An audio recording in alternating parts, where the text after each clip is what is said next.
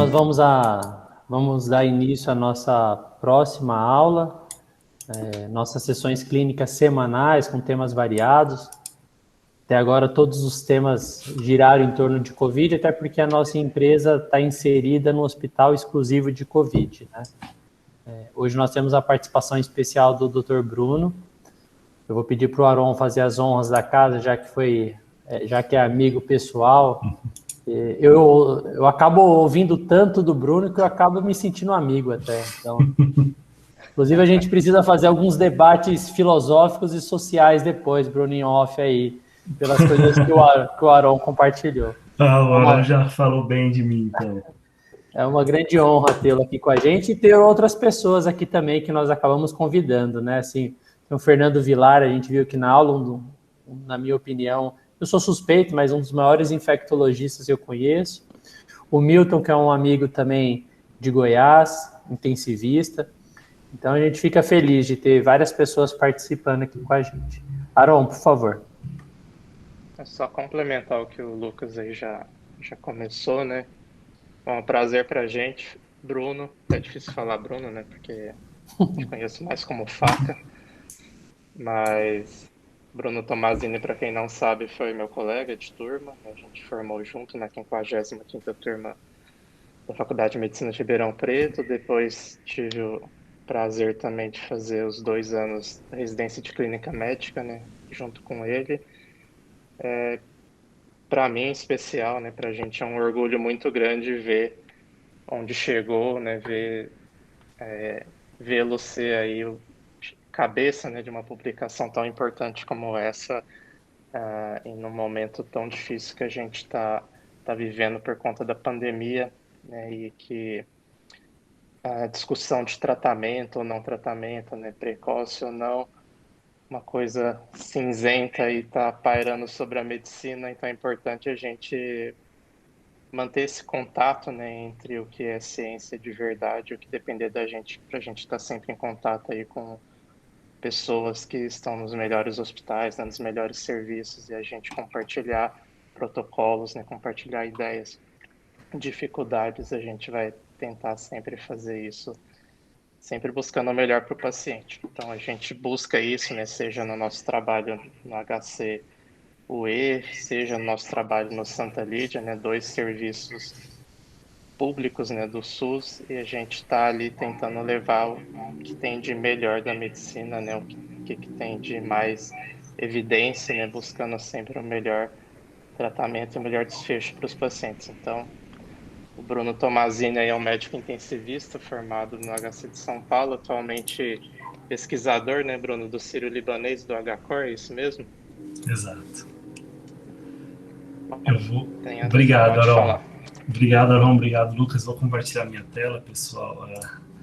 Acredito que se tiver algum problema de visualização, vocês me falam. Acho que todo mundo consegue ver? Ô Bruno, só fazer um adendo, só para começar. Pessoal, se tiver alguma pergunta para fazer, vocês podem mandar no chat, que aí facilita quando o Bruno terminar a aula, a gente consegue fazer de uma forma mais dinâmica as questões, as perguntas, beleza? Obrigado, Lucas. Obrigado, Aron. É um baita prazer, eu acho, poder conversar com vocês na noite de segunda-feira, bastante gente, com um ânimo no primeiro dia da semana, isso é sempre bacana. Falar para Ribeirão Pretano dá um gosto especial. E eu acho que é falar de um tema também que eu tive envolvido no último ano, que eu acho que é algo super importante. Eu acho que a ideia é vou fazer uma apresentação que deve durar uma meia hora. A gente vai fazer um compilado de informações do uso de corticosteroides em doenças respiratórias e falar especificamente de Covid. E depois eu acho que é abrir para discussão, seja corticosteroides ou outras medicações para Covid ou não, e a gente poder ter um tempo bom para bater papo e trocar experiências, tá?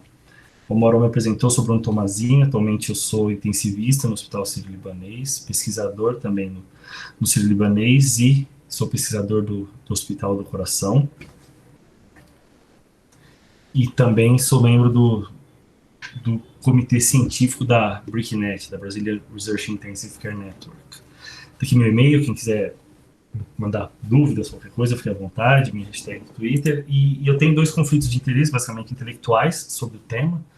Né? Então, fui o primeiro autor e membro do comitê diretivo do estudo Codex, que é o estudo nosso que avaliou o uso de corticosteroides em síndrome de desconforto respiratório agudo em Covid, e membro do React Team da OMS, que em conjunto com outros pesquisadores do mundo todo, a gente publicou uma meta-análise dos estudos de corticosteroides também em Covid-19. E vim hoje, né, começo de fevereiro de 2021, com a pandemia quase fazendo aniversário dentro do Brasil, falar de corticosteroide parece que é talvez bater numa tecla já muito, muito usada. Né? Então hoje talvez a gente fala algumas coisas com um pouco mais de certeza, mas se a gente voltasse 7 meses atrás, eu acho que o que havia era basicamente dúvida.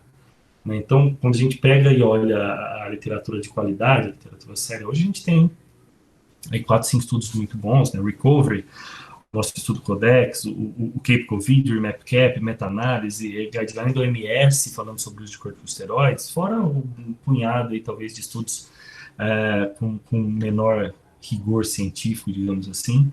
Então, hoje, falar de corticosteroides, acho que todo mundo já ouviu, todo mundo sabe um pouco. A ideia é tentar mostrar algumas coisas um pouco diferentes para vocês. E, lógico, vamos lembrar que 8 meses atrás, quem falava que tinha certeza que o corticosteroide funcionava, eu garanto para vocês que estava mentindo. E a minha ideia é mostrar por que quem falava que tinha certeza que o corticosteroide ia funcionar, talvez não sabia muito bem o que estava falando. O que aconteceu? Né? Então, assim, a pandemia começou, de fato, o vírus saiu da China, começou a espalhar mundo afora, e foi virando, de fato, se consolidou uma pandemia pelo começo de março do ano passado. E aí, quando a gente começou a pensar em talvez drogas que pudessem atuar, olhando para dentro de uma especialidade, né, terapia intensiva em pacientes graves com Covid, a gente sabia que o Covid dava uma doença respiratória super grave e tal, falou, pô, corticosteroides talvez é uma boa pedida.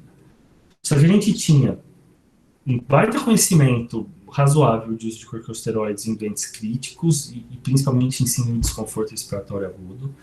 Há mais de 50 anos se usava corticosteroides em SARA, e a gente vai revisitar um pouquinho isso. E a gente sabia um monte de coisa de corticosteroides em pneumonia viral e bacteriana. Super importantes essas informações. E aí, de alguma maneira, a gente tinha que translacionar isso para o Covid-19. Eu vou começar falando o que a gente sabia de corticosteroides e outras doenças virais. Então, por exemplo, a gente tinha alguns estudos, como, por exemplo, esse publicado em 2018, que pegou pacientes com MERS, que é um coronavírus também, então, assim, pô, muito, muito próximo do Covid-19, quem tomava corticosteroides tinha um clearance viral menor. Talvez, então, retardasse um pouco o clearance viral. Né? Mesma coisa que um outro trabalho com MERS, quem tomava hidrocortisona precoce tinha um clearance viral, uma concentração do RNA do vírus permanecer por mais tempo nesses pacientes. Só que, assim, falava, pô, mas clearance viral, o que significa? Qual é o impacto disso para o paciente beira-leito? Eu concordo com vocês que também não sei se isso significa muita coisa. Só que, por outro lado, a gente teve, e é gozado, né, o destino fazia umas coisas interessantes. Essa meta-análise foi publicada em 2019, então uma meta-análise da Cochrane, super bacana, que avalia o uso de corticosteroides em pacientes com influenza. Imensa maioria H1N1. Meta-análise grande, 3.500 doentes incluídos. E assim, é claro, né, quando a gente olha para o forest plot, as estimativas todas falam contra o uso de corticosteroide. Quando você olha para a análise agregada, o uso de corticosteroides estava associado a maior risco de mortalidade nessa população. No obstante, a gente tem outra meta-análise. A meta-análise da Cochrane, como eu disse, 3.500 pacientes, essa publicada no Critical Care, também em 2019, mais de 6.000 pacientes. Imensa maioria também, pacientes com influenza H1N1. E, mais uma vez, corticosteroides quase dobrando a chance desses caras morrerem. Então, se a gente parasse aqui, somente com essa informação e não tentasse destrinchar melhor, o que a gente sabia? Talvez ele piora o clearance viral, mas claramente, em pneumonia por influenza, mata mais. Só que o próprio trabalho do Critical Care, que eu estou mostrando, ele levanta algumas coisas interessantes. Né? Ele fala, talvez essa nossa meta-análise, tal qual a meta-análise da Cochrane, ele tinha uma coisa muito especial, que era que a imensa maioria dos pacientes eram pacientes com doença leve. Então, a imensa maioria são pacientes ambulatoriais. Então, não é simples eu tentar transpor essa evidência de doenças ambulatoriais para pacientes críticos. Mas essa informação de que corticosteroides para influenza em pacientes não graves está associada a maior risco é super importante. Então, vocês vão guardar ela, que eu já falo novamente um pouco sobre ela. Na própria meta-análise do Critical Care, eles levantam já a bola. Falam, pô, corticosteroide matou um grupo, mas será que a gente não está usando no cara errado? Será que a gente não tem que usar em quem está mais grave? Basicamente, ele falava, se a gente tivesse o índice de oxigenação, o PF menor que 300, tudo mais, talvez o corticosteroide teria um benefício. Resumindo, talvez, se eu desse para quem tivesse com síndrome de desconforto, fosse o paciente mais se beneficiasse. E aí, no começo da pandemia, alguns meses já com ela rolando, a gente começou a ter algumas outras informações do que talvez o corticosteroide fizesse com o vírus Covid em si, né? Então, a gente tem um estudo do Lancet Infectious Disease que falava, no paciente com doença grave, eu conseguia pegar, fazendo o RT-PCR para RNA, metade dos caras eu pegava RNA ainda na saliva. Então, olha aqui, em amostra respiratória, caso grave, a imensa maioria deles, talvez 30, 40, 50 dias depois do início dos sintomas, eu consegui isolar o RT-PCR, né? E nesse mesmo estudo do Lancet, ele olhava de secreção traqueal pacientes intubados e falava, aparentemente isso depois de uma semana o vírus não cai. Essa era uma informação interessante, né? Mas eu vou mostrar daqui a pouco um trabalho que saiu no New England faz umas 3 semanas, que talvez a gente estivesse interpretando isso errado. Esse era RT-PCR, né? Então ele conseguia pegar o RNA viral, transcrevê-lo e falava, tinha RNA viral ali. Se isso é infeccioso ou não, a gente não sabia. Mas claramente, esses trecos do vírus ou o vírus ficavam no corpo do paciente grave por mais tempo. E aí, se ele faz 2 semanas no New England, 2, 3 semanas, era uma correspondência, mas super interessante, né? Que ele fazia cultura de vírus e PCR, tá? Poucos pacientes graves, tá? Então não é simples a gente transpor isso para o paciente crítico entubado. Mas olha que gozado, metade dos pacientes no 7º dia você já não positivava mais a cultura. Se a gente for pensar em efetividade, acho que faz sentido olhar quando você consegue replicar o vírus, né? Porque RNA, isso daí, será que não é um fragmento viral? Qual é a relação disso com infecção? E se eu olho para RT-PCR, 35 dias demora para metade dos pacientes terem negativado a RT-PCR. E é isso que a gente tem visto nas UTIs aqui em São Paulo. Por exemplo, no CIRS a gente tem um protocolo de colher com uma frequência X o RT-PCR e a gente vê que ele vem positivo, né? Mas a gente tem mudado os nossos protocolos de isolamento em partes baseado nesse trabalho. Que virtualmente no 16º dia, que o cara está internado, você não consegue mais culturar o vírus. O ponto é que essa é uma corte super grande americana que olhava para a carga viral no início da doença e correlacionava isso com mortalidade.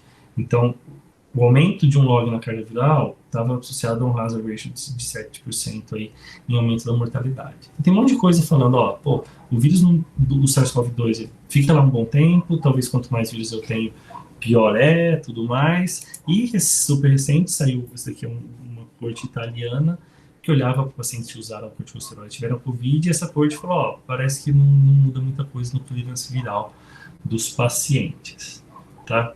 O ponto é que eu sabia que para a pneumonia de influenza fazia mal, talvez para o MERS demora o clearance viral, demora mais tempo para fazer o clearance viral, em Covid, é um vírus que parece que fica mais tempo, como que o corticosteroide de fato vai modificar a história do Covid, que era um medo que a gente tinha antes de começar a corticoide para todo mundo. E aí a gente tem a SARA em si.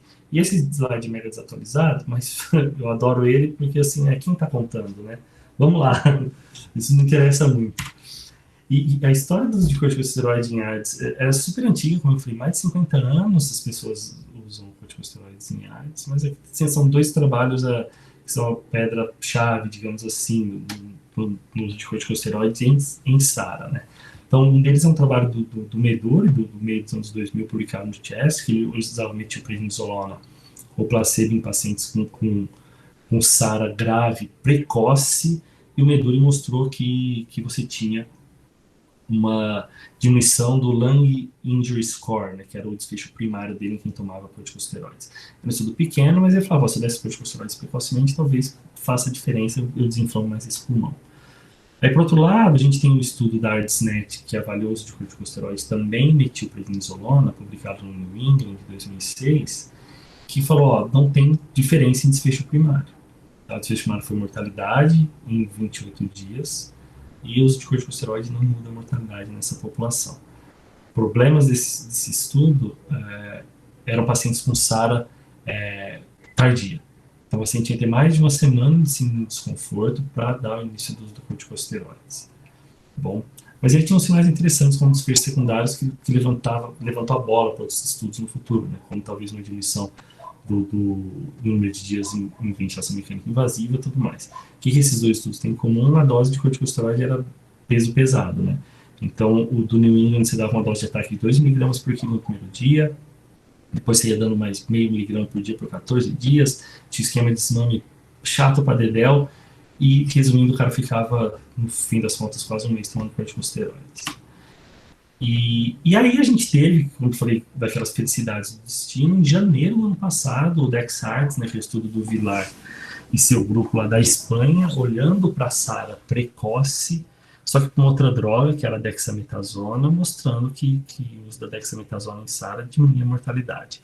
Foi o primeiro estudo de uma droga, né, um estudo medicamentoso, que mostrou diminuição de mortalidade em SARA.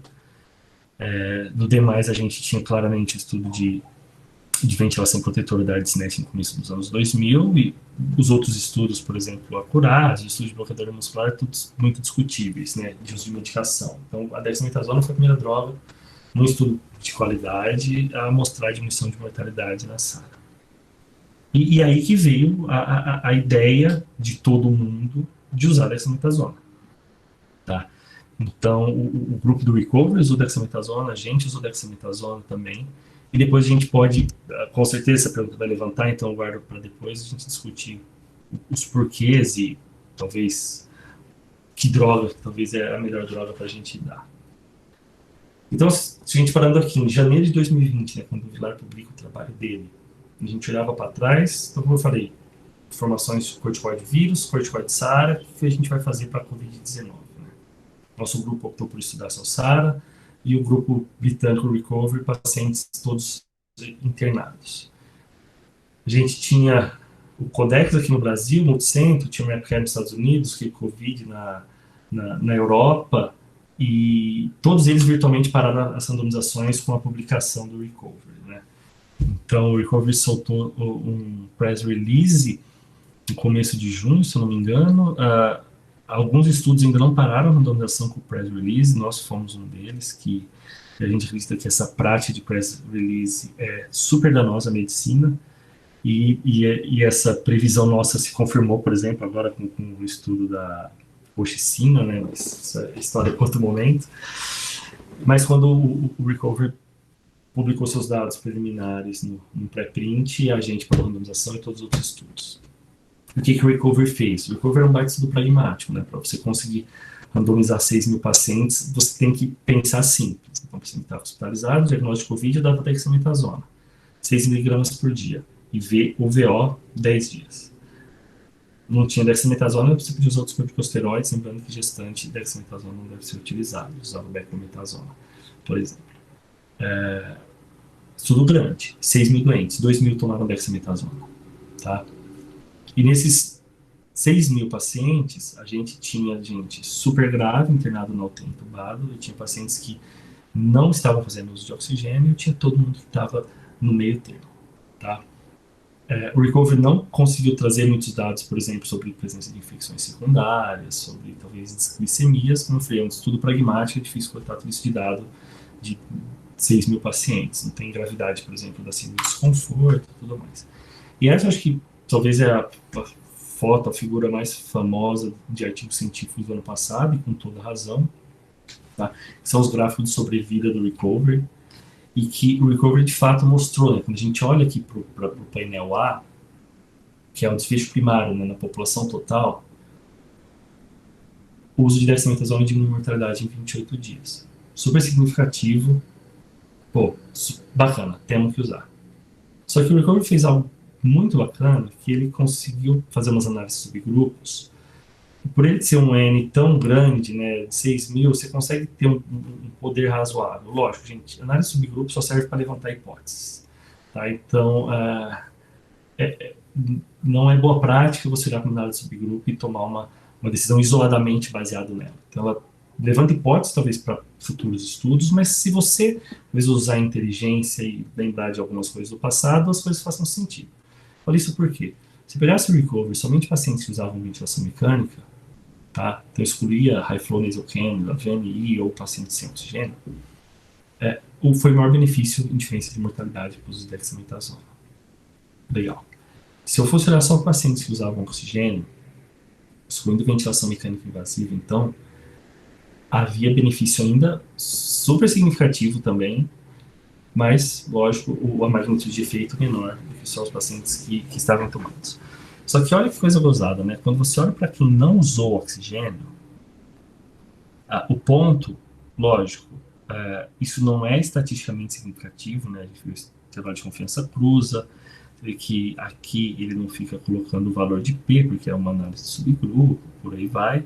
Mas olha só, em todos os gráficos, né, então a probabilidade de mortalidade é maior no cuidado padrão em 28 dias, exceto no paciente não grave, que a probabilidade de mortalidade em dexametasona em 28 dias é maior com isso, a despeito de não ser estatisticamente significativo.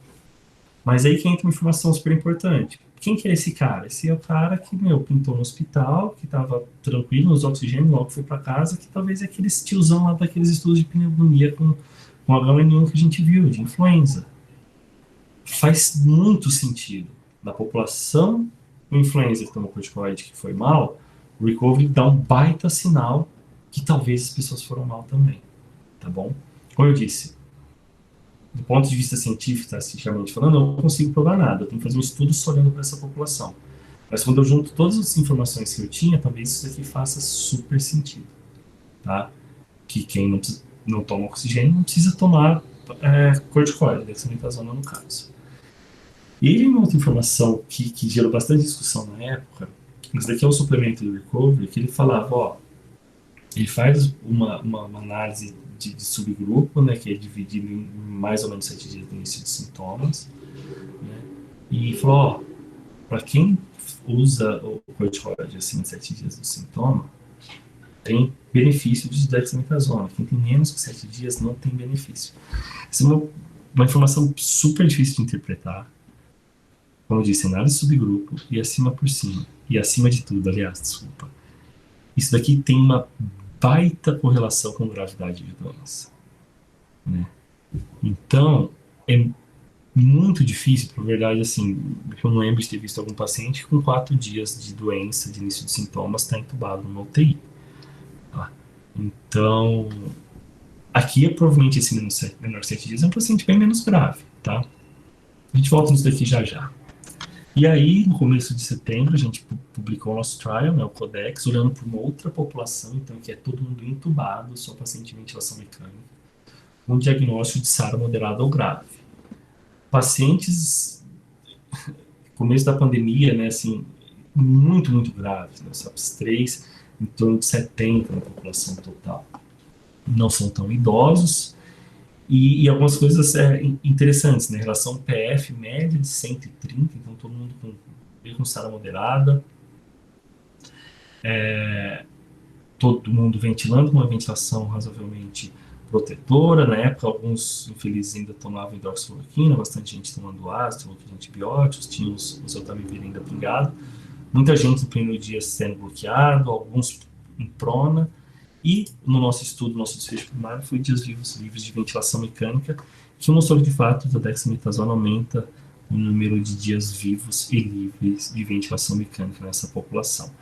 Diferente do Recovery, a gente usou a dose idêntica do estudo do Vilar, que a gente fazia 20 mg por dia de dexametasona por 5 dias, depois mais 10 mg por dia por mais 5 dias, tá? Totalizando um período de 10 dias.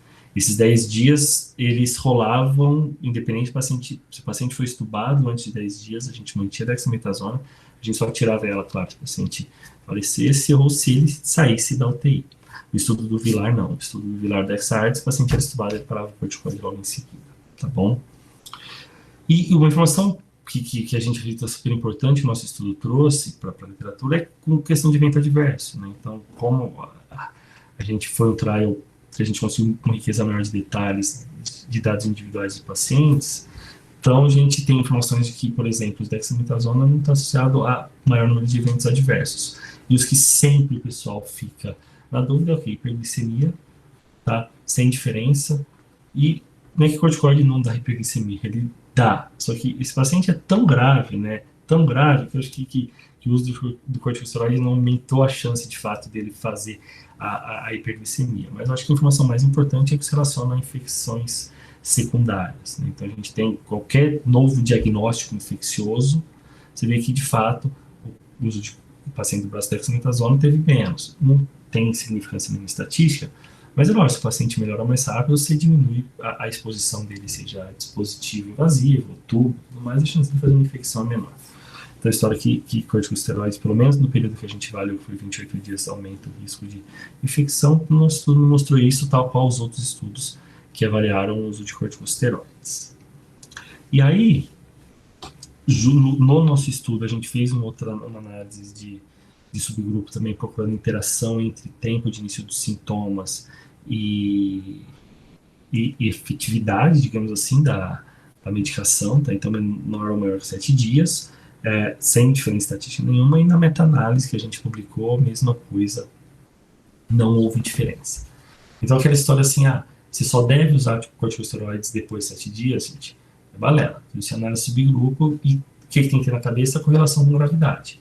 Menos 7 dias, provavelmente esses doentes estão menos graves, por isso que talvez ele não precise do corticosteroide. Se chegar um coitado do infeliz no 4º dia de sintomas na sua frente e estiver grave, entubado, necessitando de oxigênio, claramente você tem que dar corticoide, não vai ser porque, lá o recovery, uma análise subgrupo, falou que menos de 7 dias talvez não tenha efeito. Não existe isso, hein, gente, por favor. E aqui é um das tabelas da nossa meta-análise que olhava para o benefício que persistiu do paciente com ventilação mecânica invasiva ou não. A nossa meta-análise que a gente publicou no JAMA também só inclui pacientes graves, né? Então, pacientes da UTI usando ou VNI, ou High-Flow Cannula, ou intubado. Então, a pergunta final, assim, para quem que deve tomar corticosteroide, né? Corticosteroides para acesso ao vale a pena? A resposta é sim, se o paciente usar oxigênio. Se ele não usar oxigênio, a resposta é não. Independente do número de sintomas, independente da quantidade de oxigênio, e por aí vai. E a resposta que eu trago para quem não precisa de oxigênio, você não usar corticosteroides, é juntando um monte de pecinha, tá? Para a gente jurar por Deus de pé junto, talvez a gente tenha que ter um estudo desse subgrupo, que eu duvido que vai acontecer por inúmeros motivos, tá? Mas quando a gente olha para a literatura em pneumonia por influenza, faz um baita sentido, né? E aí a gente vê esse sinal do recovery, que chama super atenção, né? A gente tem aquela inversão do risco de mortalidade da dexametasona para o grupo usual care. Então, acho que isso me assusta um pouco, e é o que a gente faz aqui em São Paulo. Quando o paciente tem casa, a gente não dá corticosteroides. Internou, precisa de oxigênio, sem medo de ser feliz. Só que tem um monte de dúvida, né? Então, a gente teve recentemente uma correspondência no Lancet Respiratory Medicine, levantando alguns pontos, né? Acho que a gente tem muita incerteza ainda sobre o uso de corticosteroides em pacientes com Covid-19. Né? E tem um monte de coisa, né, que a gente sabe, que de fato são fatos. Né? Só que tem muita coisa que a gente sabe que a gente não sabe. Então a gente sabe que a gente não sabe qual é a dose. É difícil falar qual que é a dose correta. Talvez daqui a alguns meses a gente vai ter essa resposta, mas daqui a um grupo do Anders Perner, lá em Copenhagen, que está fazendo corticosteroide 2, comparando uma dose de 12 mg de dexametasona versus 6. A expectativa é randomizar 1.000 pacientes. Até o último dia que eu tive notícia, eles estão em 550, quase 600 pacientes. Então, logo, acho que a gente vai ter uma resposta, pelo menos parcial, de qual que é a dose. Só que outras coisas que a gente sabe que a gente não sabe é a duração. Quanto tempo, qual que é a duração adequada do uso de corticosteroides. A gente pode discutir isso já. E outra, qual é a droga que a gente tem que usar. Acho que também isso é uma discussão interessante para a gente deixar para... Com certeza vão ser perguntas que vão vir. Se não vier, porventura, eu volto nesse tópico. Gente, a ideia, como eu falei, a ideia era ser em torno de 25, 30 minutos, mostrar um pouco do racional por trás da coisa e o que a gente tem de evidência.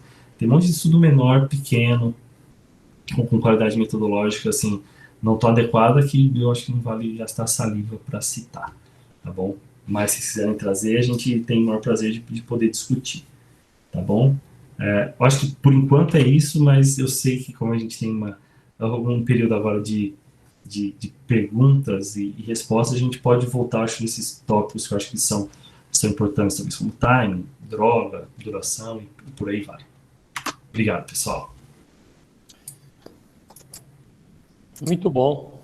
Muito obrigado novamente, Bruno. Espero que você esteja conosco em outros momentos, né, na nossa sessão clínica. Deixa eu fazer uma pergunta já começando. A gente tem visto que os protocolos, inclusive dos hospitais que têm seguido uma medicina baseada em evidência de uma forma mais rigorosa, eles têm variado bastante em relação ao uso do corticoide, né? Tem hospitais que, dependendo do momento, usa hidrocortisona, metilpred, transiciona para pred. Eu queria saber o que você encontrou, o que vocês analisaram, se tem essa resposta de alguma diferença significativa entre os corticoides mesmo.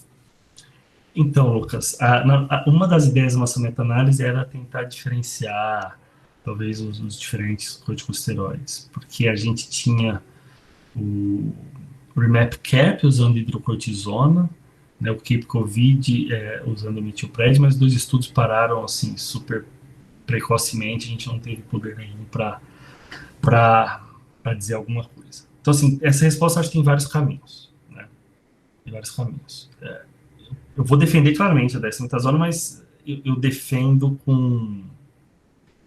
e eu vou citar o porquê eu defendo, né? Talvez com um pouco de racional fisiológico por trás, o que seja. O ponto é que, então, se eu pegar o guideline da OMS, ele fala o quê? Usa dexametasona. Se você não tem dexametasona, usa o que você tiver em casa. Ponto final. Casa, sim. No seu hospital, claro.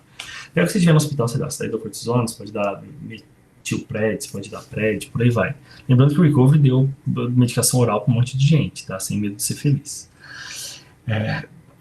A grande briga que eu vejo, a grande discussão é o quê? Metilprednisolona versus dexametasona. Então, os pneus só querem dar metilpred, e a gente da UTI, pelo menos os intensivistas que eu conheço mais aqui, a gente acaba querendo dar dexametasona.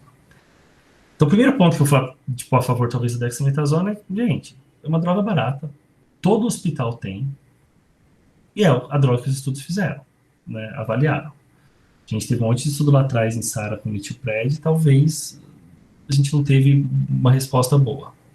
Metilprednisolona penetra melhor no pulmão e tal. É meio que assim, é um monte de estudo de bancada, na minha cabeça tinha um pouco balela. Se for usar esse racional, o que acontece? A metilprednisolona, ela estimula o receptor da enzima receptor de angiotensina 2 no pulmão, que é a via de entrada do SARS-CoV. Então, será que isso não tem uma influência? Não tenho nenhuma ideia, mas pode ser que tenha. A metilprednisolona tem efeito mineralocorticoide, que talvez é o que a gente não quer no paciente com ARDS. Ela está com o pulmão mega inflamado, o cara hipoxêmico, será que é isso que a gente quer? Dexametasona não tem essas coisas, né? Ele é um glicocorticoide puro. A minha vida da dexametasona é bem maior que a da metilpred. Então, quando você vai pensar em desmame, muitas vezes, no nosso estudo, a gente não desmamou. Se tira dexametasona, ela vai ficar rodando o corpo do cara mais uma semana lá e toca o pau. Metilpred, você tem que pensar já no desmame, tá? Então, eu devo uma pergunta para as pessoas falar, por que a gente não dá metilpred? E por que não dá dexa, gente? Todo lugar tem. É o que os estudos avaliaram. Mas é efeito de classe. Tem cardiologista aqui? Quem que é cardiologista que tá aí, Aron? Deixa eu ver, acho que ninguém, Faca. Ninguém? Nossa, que não, coisa eu acho boa. que eu vi, acho que tem o Tuiuiu, tá aqui. O Tuiuiu, eu vi o nome dele. Ô, Bote, você é cardiopata, que eu sei. Você tá aí ou você tá com medo de abrir a câmera? Tuiuiu tá aí, ó, na reunião. Ele tá com vergonha de falar. Não, mas aí é um ponto interessante. Aí, apareceu aí. E aí, Tuiuiu? Tá bem? Ele tá um pouco triste por causa do jogo de ontem, mas ele acho que ele pode responder bem aí. Não fica assim, não. É um grande cardiologista. Não, eu gosto de cardiologista porque ele cardiologista, segue uma medicina baseada na evidência. Quantas IC você trata com propanolol? Bote, quantas? Propanololzão. Assim, vou dar nenhuma, né? Nenhuma. Mas não é efeito de classe? É a mesma coisa, gente. É a mesma coisa. Por que eu vou assumir que é efeito de classe, sendo que eu não tenho estudo? Então, assim, essa é uma justificativa que eu acho super interessante. Agora o ponto é aqui, gente. Não tem Dexa no hospital? Gente, dá metilpred. Não tem Dexa, dá pred, dá hidrocortisona, dá o que você quiser. Mas se você tem disponível, eu acho que não existe uma causa, um motivo para você falar que você não vai dar dexametasona. Tá bom?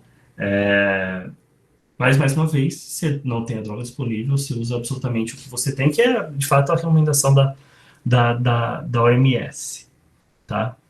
E pronto, essa é uma parte. Com questão da hidro e tudo mais, pacientes com choque séptico, será que eu devo usar hidro? Não. O que a gente tem feito é não. Se a gente está dando Dex, a gente segue com a Dex, essa história de potência mineral corticoide, por aí vai. Os estudos do Anani e os outros corticosteroides parece que ter a função mineral corticoide ou não é isso que vai dizer a resposta do cara. Né? Então, se o paciente está com Covid tomando Dexa, ou metilpred, alguém deu e ele choca, a vida que segue.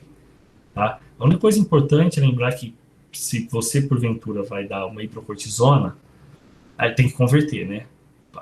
Aí dá uma dose que não é pequena de hidro, né? Então, se a gente está dando, eu não vou saber de cabeça a conversão, mas você está dando, sei lá, os 20 miligramas nos primeiros dias do Codex ou do Dexards, se for transicionar isso para hidrocortisona, é uma dose alta para dedéu. Tá? Então, só precisa meditar um pouco nisso. Tá? E quando a gente começou a dar 20 miligramas por dia de hidrocortisona, o pessoal tinha crise convulsiva. É muito... De hidrocortisona não, de Dexa, desculpa. É muito corticoide, muito corticoide. E não é infrequente hoje eu ver pessoas tomando, sei lá, 1,5 mg por quilo de metilpred. Tá? Vou para aqui porque talvez surja alguma pergunta nesse contexto já. Não, vou falar, vai. Porque alguém vai falar de mini pulso. Que eu acho que tem que tomar cuidado. Porque, assim, na década de 80, quando a gente estudava corticoide em septo, a gente pulsava todo mundo, e todo mundo morria. Né? Porque você dava 500 mg de metilpred, 600 mg de metilpred, e os infelizes dos coitados do paciente morriam. Aí a gente tomou juízo e parou de dar dose tão alta. Voltar que essa história de mini pulso agora é algo complicado. E aí, assim, você não deve ter nenhum reumato aqui, mas se tiver algum reumato, 6 mg de Dex é corticoide para dedéu. Você pergunta para um reumato e para um endócrino. É uma cacetada de corticoide, 6 mg do Recover. O nosso 20 é uma dose alta pra caramba. Né? Então, é difícil achar que alguém vai precisar de uma dose mais alta do que isso, gente. Então, vamos jogar simples. Porque a gente sabe que esses caras ficam entubados um tempão. Mas os estudos falaram que o risco de infecção não aumenta. Mas a gente sabe que a imunossupressão, talvez gerada pelo corticosteroide, ela vai aumentar o risco de infecção daqui 40, 50, 60 dias, que nenhum estudo avaliou isso, né? Nenhum estudo avaliou isso. Então, acho que a gente tem que ir com calma com a dose também. Né? 1 mg por quilo de metilpred, vamos lá, até 1 e qualquer coisa, 1,2, 1,3, mas se passar muito disso, acho que para mim, particularmente, gera um pouco de ansiedade, pensando em evento adverso. Né? Então, acho que eu ficaria com doses mais, entre aspas, não conservadoras, que já são doses altas pra caramba. Né? Que a gente fica, quando o Recovery, quando eu tive acesso ao protocolo do Recovery, antes dos resultados deles, 6 miligramas de Dexa, isso daqui eu tomo para curar ressaca. Mas é leviano da nossa parte, é uma dose alta para dedéu, né? Então acho que a gente tem que ir com calma com a dose também. Bruno, só a Maria Rita levantou a mão. Quer fazer uma pergunta, mas só fazer uma pergunta antes. No estudo, então, vocês usaram 10 dias e suspenderam, independente se o paciente continuava entubado, continuava grave, né? A gente vê na prática o pessoal mantendo corticoide de doses altas até ele ser estubado. Essa é uma pergunta super bacana, que essa não tem resposta ainda. E assim, eu procurei acho uma semana no Clinical Trials ver se tinha algum estudo rolando, né? Assim, sério. E não tem nada sério rolando com o tempo de corticosteroides. Não mesmo. Eu não sei dizer. Sim, a prática, sim. Hoje em dia, eu vou falar o que a gente faz com alguns pacientes no Sírio, tanto na prática do dia a dia. Os pacientes têm um tempo de ventilação mecânica super, super, super prolongado. Então, começa com corticosteroides, e aqui no Sírio, claramente, a gente tem as equipes que vão para a Dexa, tem bastante equipe que dá metilpred, que tem muito pneumo, né? e que essa paixão, essa tara do caminho permitiu para ele de algo freudiano, vai saber. E o paciente, então, está entubado, vai 5, 6, 7, 10 dias. Tem alguns pacientes que no 10º dia ele ainda está, PF super baixo. Muitos pacientes aqui no ainda estão bloqueados no 10º dia. Esse paciente é difícil, de fato, você falar que vai tirar o corticosteroide, né? Só que, por outro lado, você tem pacientes que no 10º dia, o cara já está numa baita curva de melhora. Alguns estão até estubados, né? Alguns pacientes já estão numa baita curva de melhora. O cara já está em pressão de suporte, né? Ou seja, o bloqueador e a PF dele tá alta, e você está tentando trazer a alma de volta pro corpo, né? Que esses pacientes, a cabeça deles ficou toda esquisita, né? Então, nesse cara, talvez já dá para você começar a diminuir. Mas quem chega no 10º dia e fala, vou tirar porque o Dexarts fez isso, o Recovery fez isso, a gente no Codex fez isso, absolutamente todo mundo fez, tirei. Esse cara não tá errado. Esse cara não tá limpinho errado. Os caras falam, não, eu acho que vale a pena manter por mais tempo, é difícil julgar também. Eu acho que o ponto é você tem que olhar para onde você tá. Então vou falar, quando eu trabalhava no HC, densidade de infecção alta, por inúmeros motivos, né? Então, taxa de infecção alta. Esse cara, talvez o peso de você tirando o corticosteroide vale mais a pena, né? Sabendo que você faz PAV, sabendo que o paciente infecta o catéter. Os cílios, os infelizes fica 60 dias bloqueado lá, o cara não faz bolsa de pressão, você quase não tem PAV. Então, assim, vou deixar mais 10 dias de corticosteroide, dificilmente você vai pagar um preço como esse. Então, acho que isso você tem que olhar muito para onde você está e talvez achar o seu caminho. Mas essa é uma das coisas que a gente sabe que a gente não sabe, né? A gente não tem essa resposta.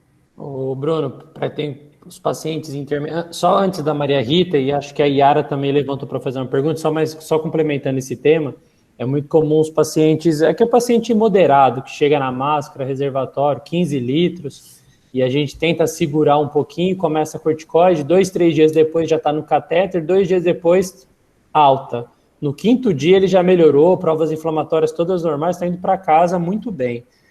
E aí é algo que a gente tem feito na prática, não prolongar o corticóide até o 10º dia. E eu concordo, mas isso todos os estudos fizeram, né? A gente saía da UTI, a gente parava, o recovery ia para casa, acabou o corticoide. Porque a gente... Você tem um monte de estudo que olhou para miopatia, né?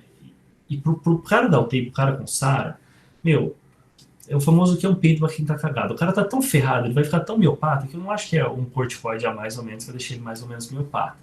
E é isso que a literatura mostra pra gente. Mas talvez esse cara é diferente, né? Esse cara do andar.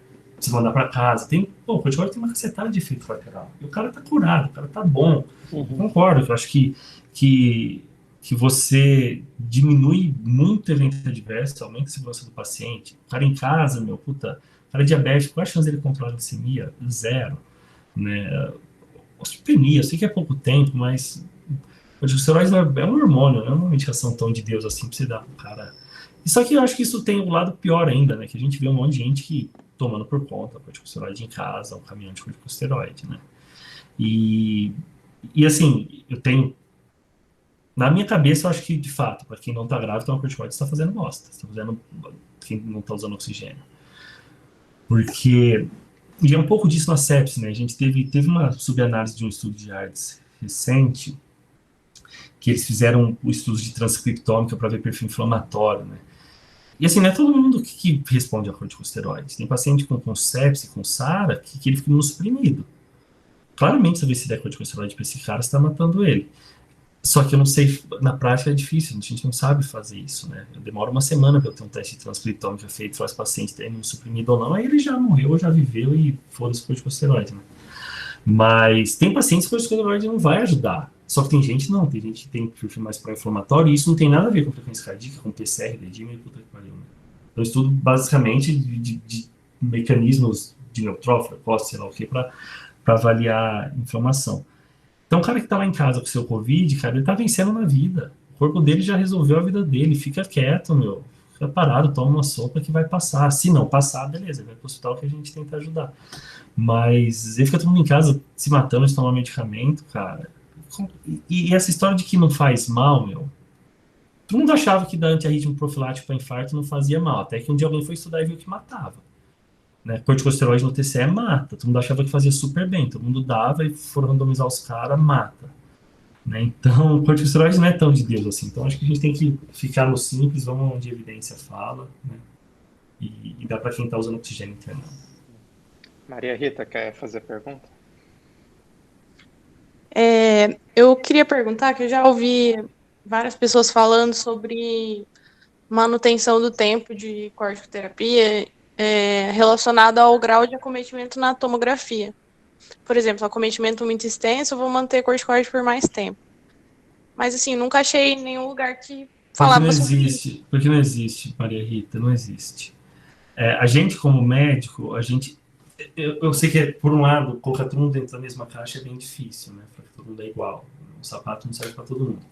Só que a gente tem um baita viés cognitivo de tentar, com a nossa prática, achar que talvez uma coisa é diferente da outra, né? Então isso aí, não, eu olho para a toma é mais ou menos feia, eu uso mais ou menos corticosteroides.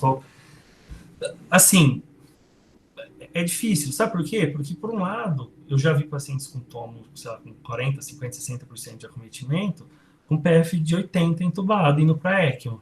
Como todo mundo aqui já viu nego com a tomo branca, que você fala, Jesus, o tiozão tá lá com o cateter de alto fluxo conversando, né?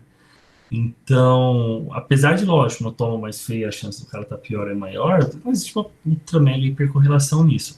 E é tudo especulativo, né? É tudo especulativo. Eu acho que a manutenção do corticosteroide, talvez, por critérios clínicos, faça mais sentido, né?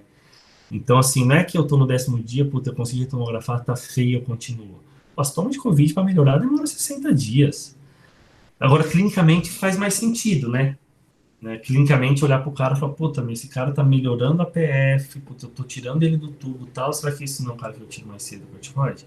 Ou não, pô, tô no 10º dia, puta, o cara tá lá embaixo ainda, cara. Puta, vou ter que rebloquear, pronei. Esse cara, de fato, clinicamente, ele tá pior, faz mais sentido, eu acho, de você tentar manter por mais tempo. Agora, usando exame de imagem, puta, é difícil, meu, é super difícil. E não tem nada na literatura porque ninguém mesmo estudou isso, né?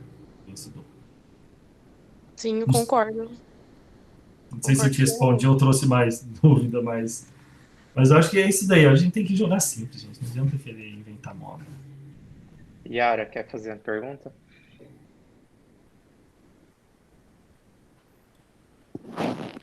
Olá, boa noite.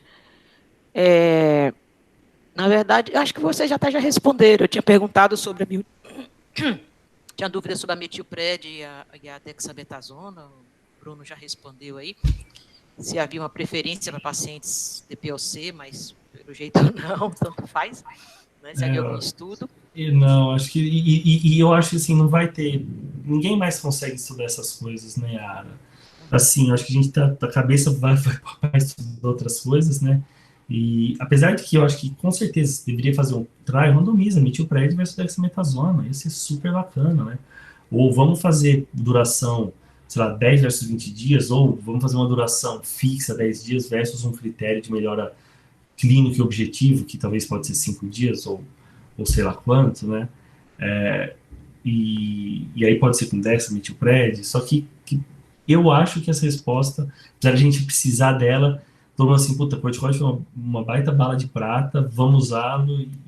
Tanto que o único estudo grande de corticosteroide que está rolando é o Covid Steroid 2 lá na Europa do Norte, né? Ninguém mais tá com perna, né, para tocar. Ou vamos estudar outras coisas, né? Pô, já chama o corticosteroide, vamos para a próxima batalha.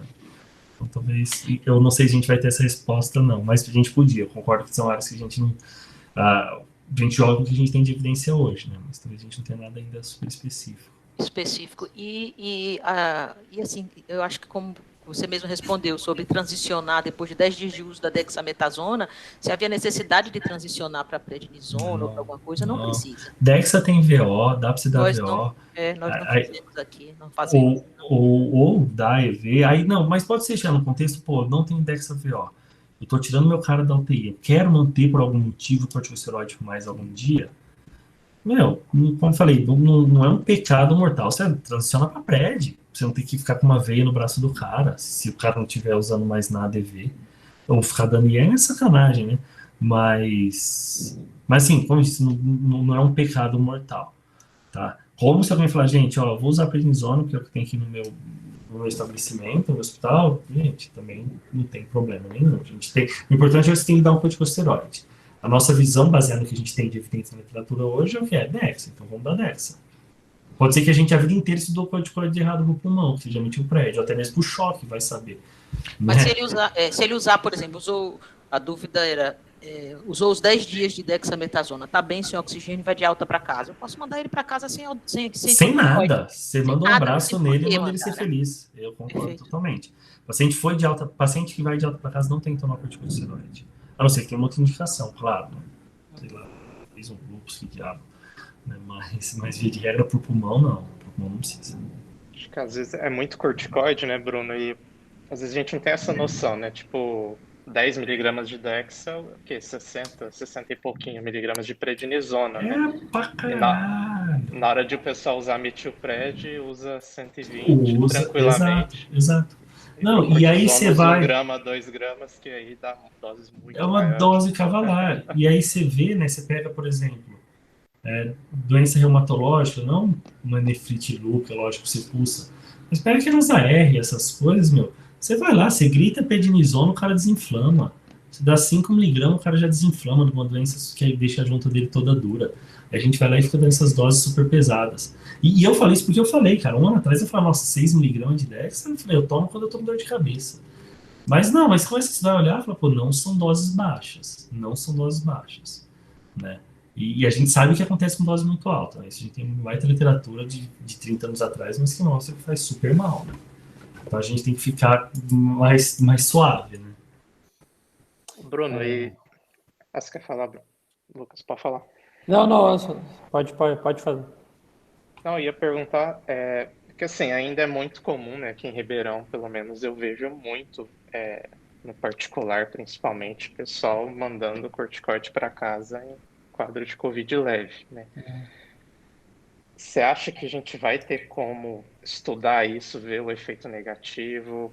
Porque tem alguns números de algumas cidades que usaram kit Covid como política pública, que a mortalidade foi maior que em outras, mas você acha que vai ter como difícil. A gente separar isso? Então, esse era um estudo essencial, acho, para se fazer.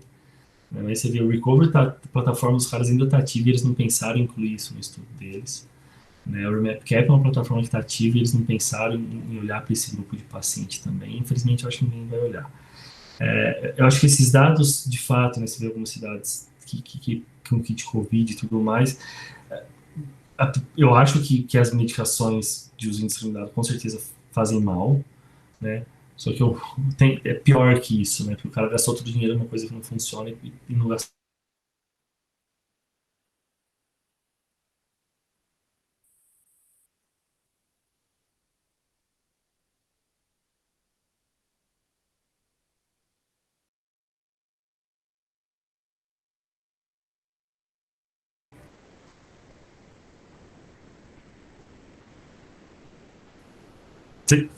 Gente, vocês me ouvem?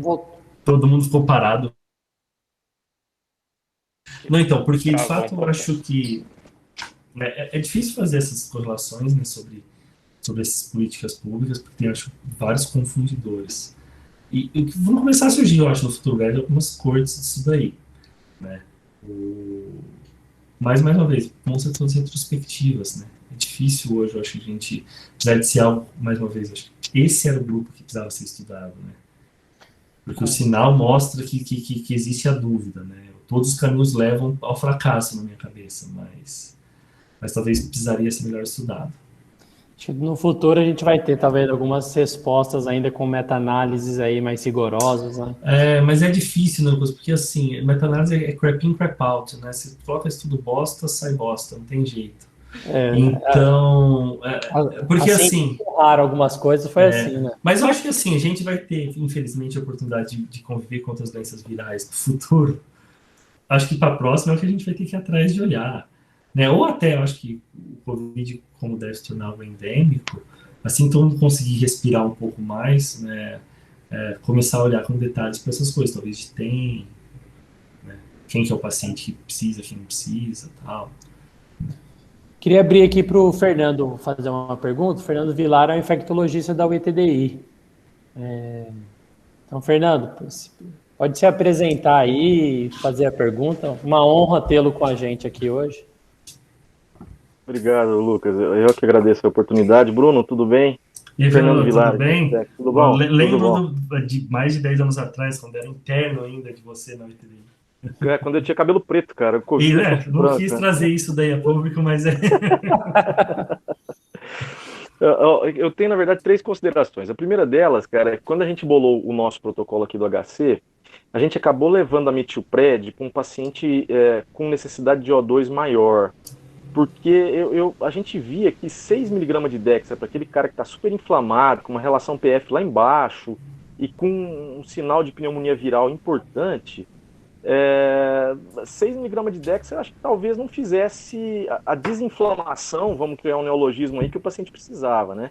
Então a gente acabou colocando 0,75 de metilpred por quilo, podendo chegar até 1 miligrama por quilo, que não é uma dose baixa, que equivaleria aí aos 20 miligramas de Dexa, né? Então, às vezes vem aquele cara com máscara 15 da UE com 6 miligramas de Dexa. Para mim, esse cara precisa de mais corticoide, né? Tá inflamadaço. Então, a primeira consideração é essa, que a gente acaba usando uma dose maior por um paciente que está mais grave, tá? Só que é gozar, né, Fernando, assim, que você vê que o recovery, né, você vê que os caras tinham 1000 pacientes. Eu concordo, estacional as pessoas seguem mesmo, como eu falei, eu acho que não dá pra falar que tá errado, mas você vê, o recovery foi o grupo que mais teve benefício, né, cara? Os caras diminuíram 36% a mortalidade. Mais com uma dose baixa, né? Com uma dose baixa, exato. Porque, assim, você vê o Codex, claro, os nossos pacientes eram muito graves. Um SAP de 70, pô, é fogo. Mas uma das coisas que a gente perguntou, né, e que a gente teve que responder para algumas pessoas, será que a dose não foi pesada demais, os 20 miligramas?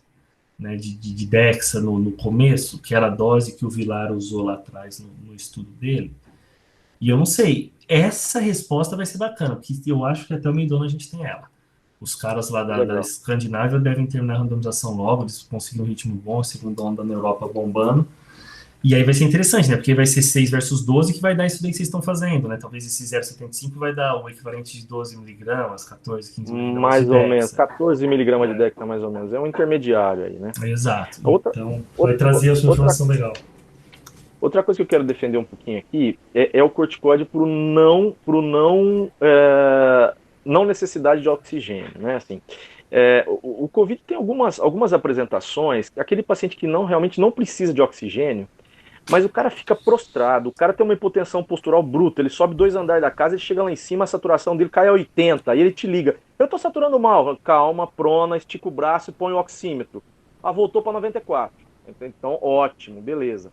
Aí você colhe exames, o cara tem TGO, TGP de 170, 180, o dímero está aumentado, aí você faz o raio-x, ele não tem nada de pneumonia viral.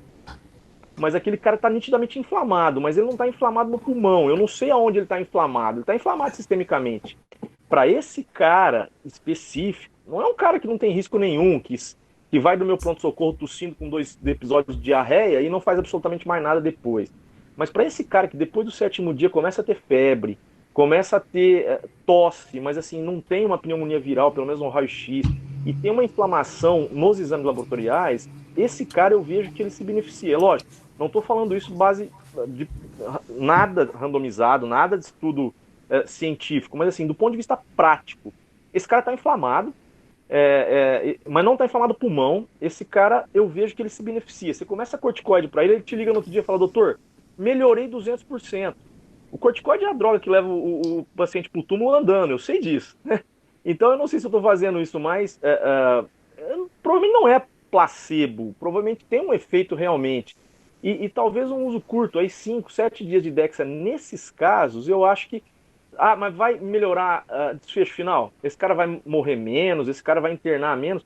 Muito provavelmente não, mas esse cara melhora de um tanto que eu acho que talvez, igual você falou, para ressaca eu acho que talvez valha a pena, tá? E por último, eu queria fazer umas considerações da colchicina, mas pode falar. Não, só vou cara aí. Eu queria. Aí eu discordo, eu acho, Fernando, porque todo mundo aqui já ficou gripadão. Gripe mesmo. E gripe machuca. Gripe você fica arregaçado. E tomar corticoide você fica feliz. Eu já tomei corticoide e não tive gripe. E aí eu lembro, eu tenho meu N-Alphan Trial, que sou eu, né? Talvez a coitada da minha esposa, de corticoide em gripe. Mas só com as meta-análises 6 mil doentes, uma 3 e outra, mata. Né? Então, eu não sei. Talvez, claramente, eu acho que talvez pode cair numa roubada de viés cognitivo. Que você fica mais animado, eu concordo. É um hormônio de Deus, corticosteroide. Sem ele a gente não estava aqui. Mas talvez olhando isso para a população grande, não sei. Porque a grande pulga atrás da minha orelha foi o quê? Você olha pro recovery, meu, não é que não teve diferença, a porra do negócio inverte, meu. Todas as análises, sei lá, dexametasona é melhor. Não é que foi melhor, foi igual. Não, a coisa inverteu, né? Então, dexametasona aumentou a mortalidade. E aí isso casa muito com as coisas que a gente via lá atrás. Mas eu sei que é um saco, porque o paciente quer tomar algum negócio e você quer, em partes, metade você quer que ele pare de encher o saco, né? E metade você quer ver que ele fica feliz. Né? Então, assim, é fogo. Eu, particularmente, acho que a gente não tem essa resposta, como eu falei, mas se for na literatura, você fala para Covid, mata? Não mata. Não mata. O Recovery não falou isso.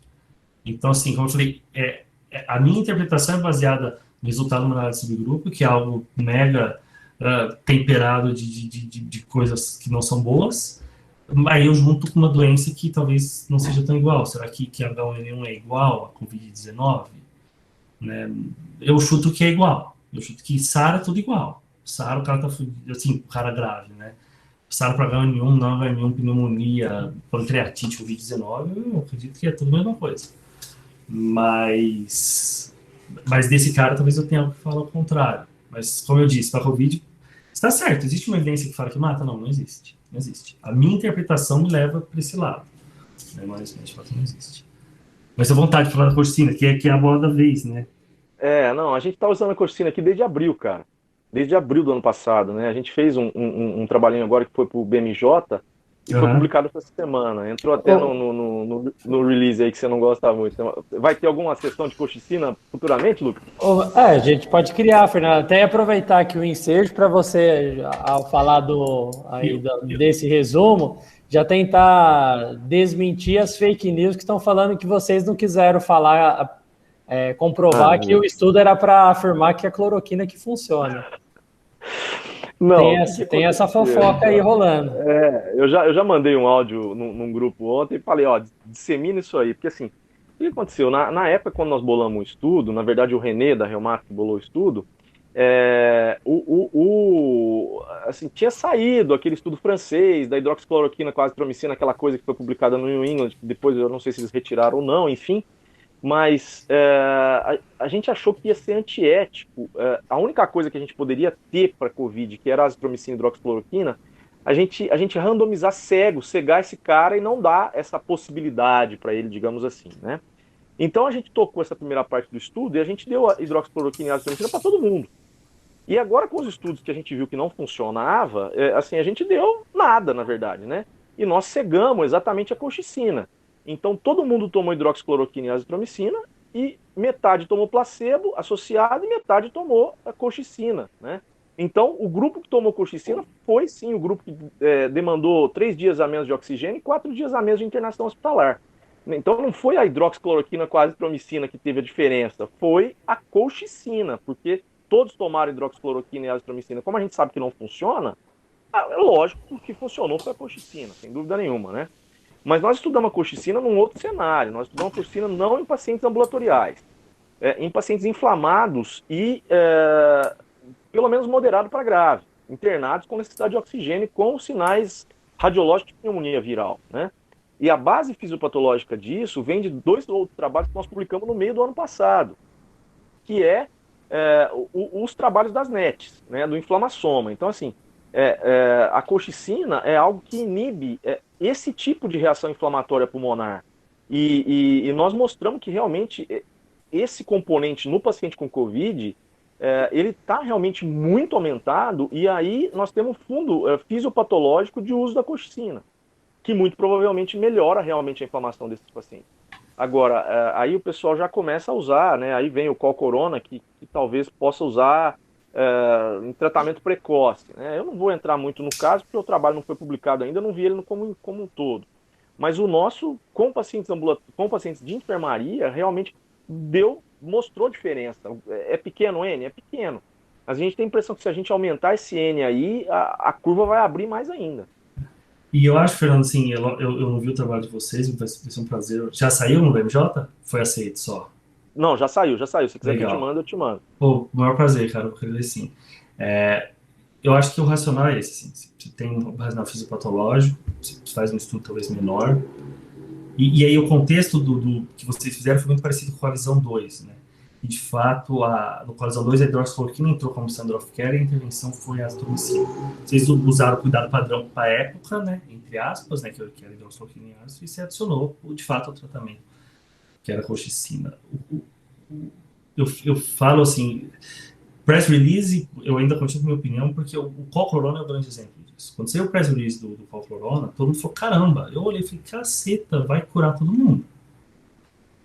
O artigo não saiu, mas a hora que você lê o pré-print, você entra no site dos caras, sei lá, o fact dos caras, a história é muito esquisita. Você para do nada um trabalho que você fala por eficácia de 4.500 e a hora que você vai ver, opa, a coisa não é bem por aí, depois alguém justifica que talvez a gente conseguisse mais manter a central de randomização 24/7.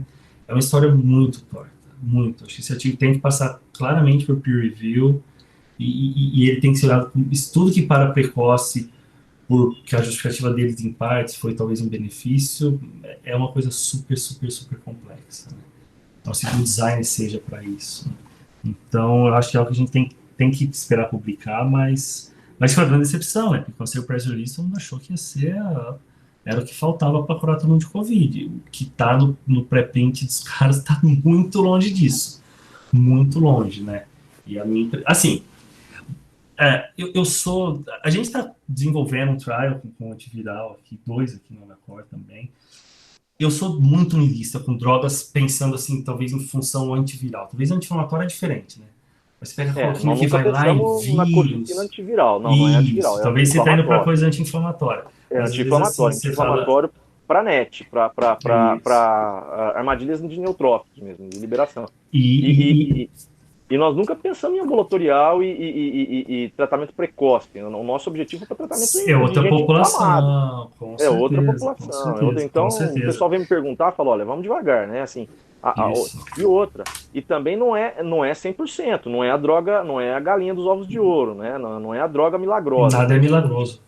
A gente percebe que tem uma droga só que eu acho que é milagrosa, mas ela é tão cara que não dá nem para falar, né? Assim, mas enfim. Que é o quê? Só curiosidade. Eculizumab, cara. Eu nunca vi um negócio desse. Assim, é um negócio de outro mundo. Eu não sei se você já viu, a gente publicou. A gente não, porque eu não estou no trabalho, mas dos 13 pacientes que foram publicados, 10 a gente que colocou lá da UTDI.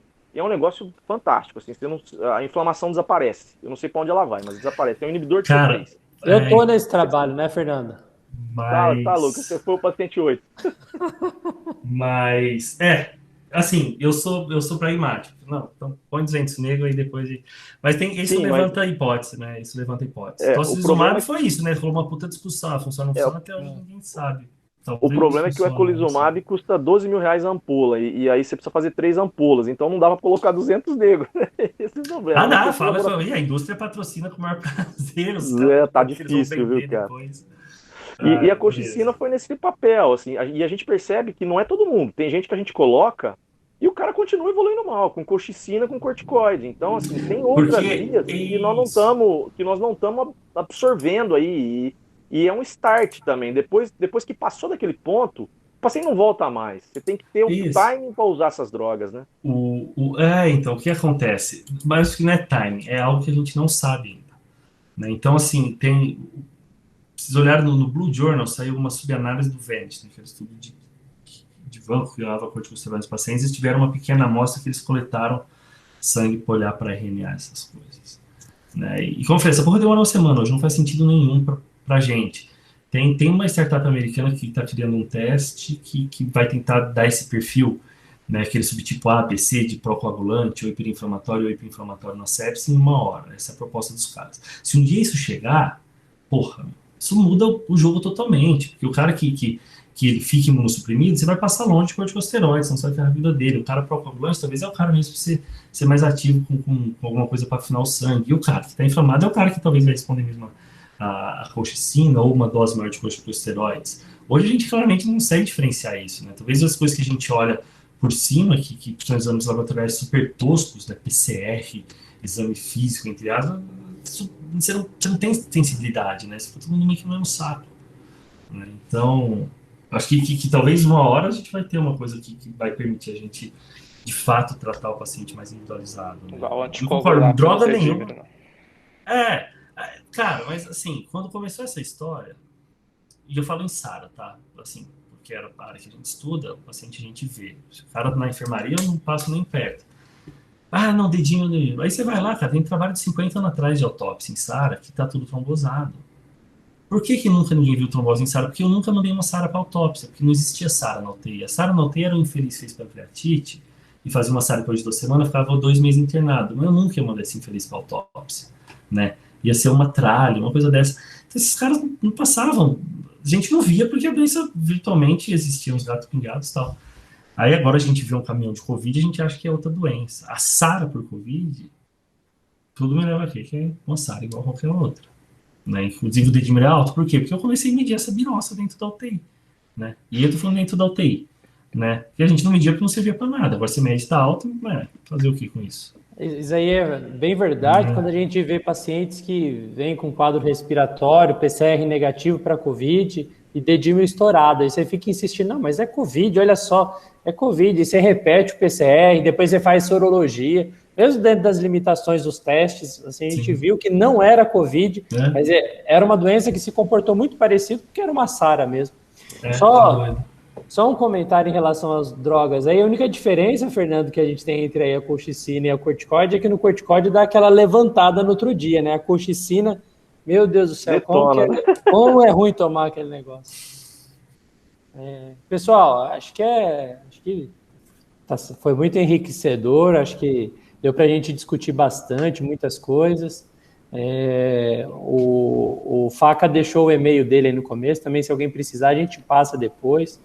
E que a gente possa trabalhar em conjunto aí. Nós temos aí grandes centros conversando. A UITDI hoje está lotada lá com 20 pacientes, a gente tem mais 20 no Santa Lídia, tem mais um monte na UE. Então, se quiser que a gente nos convidar para participar de algum... Falei parou já, tem um monte de estudo na manga. Depois a gente pode marcar em off, sentar e conversar. Tem um estudo que a gente precisa de uma... Essa startup americana que vai avaliar esses subtipos de sepsis, a gente está começando um estudo com eles, vai começar nas próximas semanas. É observacional, assim, a gente vai coletar sangue dos caras para tentar ver se, incluindo o Covid, ver se eles inflamam ou não inflamam. E tem um estudo de antiviral, a gente está numa fase final de design, só que é uma fase 2 para 3, que vai ser em paciente ambulatorial, né? Mas aí depois a gente pode sentar uma hora conversar. Acho que eu falei para o né? A gente conversou dos interesses de vocês, acho que é bacana. Bom, reforçar, agradecer aí a presença, Faca, agradecer a presença de todo mundo aqui hoje, foi muito legal. Semana que vem a gente está aqui de volta de novo. Qual que vai ser o tema mesmo? É o Jesus que vai falar, né? Ventilação não invasiva e catéter nasal de alto fluxo. Jesus. Pode falar, Jesus. Não, mas isso aí, a priori a programação era essa daí. Amém. Faca, pode fazer as suas considerações finais aí para a gente se despedir nessa segunda-feira. Acho que é isso, pessoal. Agradeço. E a ideia saiu melhor do que eu imaginava mesmo. A ideia é fazer uma aula de 20, 30 minutos e poder conversar depois. Acho que trocar experiência, ouvir opinião, saber que eu acho que tem muito mais dúvida do que certeza, né? E acho que estudando as coisas, fazendo estudos randomizados, a gente começa a trazer umas respostas aí para ver se a gente diminui a desgrama que é essa doença. Mas foi bacana a discussão, as perguntas, tudo foi ótimo, pessoal. Obrigado e foi um prazer. Obrigado aí, Bruno. Obrigado, pessoal, pela participação. Um abraço a todo mundo. Boa noite, pessoal. Boa noite. Até mais. Pessoal, tchau, tchau. Valeu, um abraço.